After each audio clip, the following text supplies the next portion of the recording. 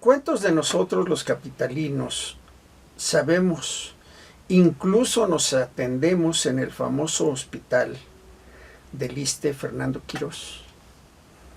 Y vamos descubriendo cosas que nos deben llenar de orgullo. En realidad nos enteramos que México, a través de la historia, siempre ha sido cuna de grandes mentes en el campo de la medicina, que van dejando huella aún en el extranjero. Encontramos en libros de estudio de medicina nombres como Fernando Quirós Gutiérrez, autor del célebre Tratado de Anatomía Humana, que el pintor norteamericano Harold Winslow, junto con el artista mexicano Pastor Velázquez, fueron los encargados de ilustrar dicho libro en su primera edición en 1944, que a la fecha lleva 43 reediciones. En esta obra es considerada como el primer tratado de anatomía en México.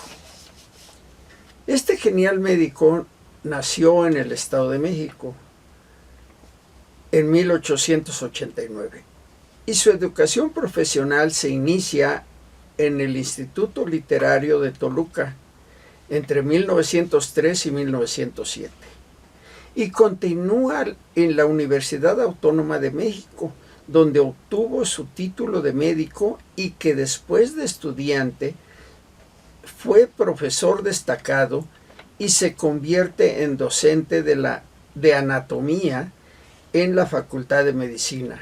Por 50 años estuvo en el Hospital Militar y fue subteniente. Como médico se especializó como destacado urólogo. Fue también presidente de varias asociaciones médicas. Fue distinguido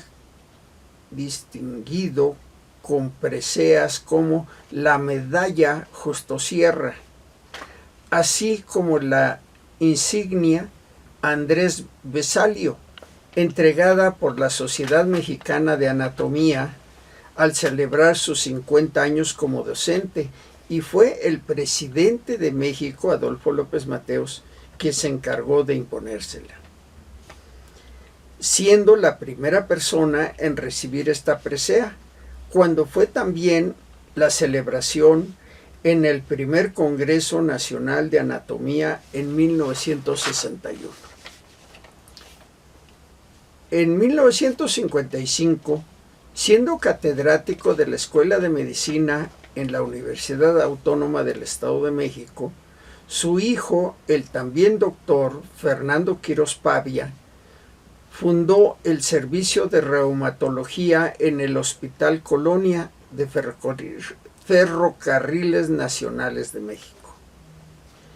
En 1957 fundó la Sociedad Mexicana de Anatomía, siendo el primer presidente el doctor Fernando Quirós Pavia, su hijo. Impartió clases a 55 generaciones de médicos mexicanos. El doctor Fernando Quirós Gutiérrez, apodado El Burro, tenía fama de ser un profesor muy estricto que exigía a los alumnos memorizaran los más pequeños detalles de cada uno de los 206 huesos del esqueleto humano. Pero después de un corto tiempo, sus discípulos cuentan que se interesaban y disfrutaban completamente de sus cátedras, y la mayoría se convierte en buenos médicos cirujanos, por lo que algunos le rinden tributo en diferentes formas, como en escritos propios y tiempos diferentes. Como ejemplo, el destacado médico cirujano tampiqueño Ruy Pérez Tamayo, miembro del Colegio de México, quien fue su alumno entre 1943 y 1949, y el ISSSTE le rinde homenaje al llamar Fernando Quirós a uno de los hospitales más importantes de la Ciudad de México.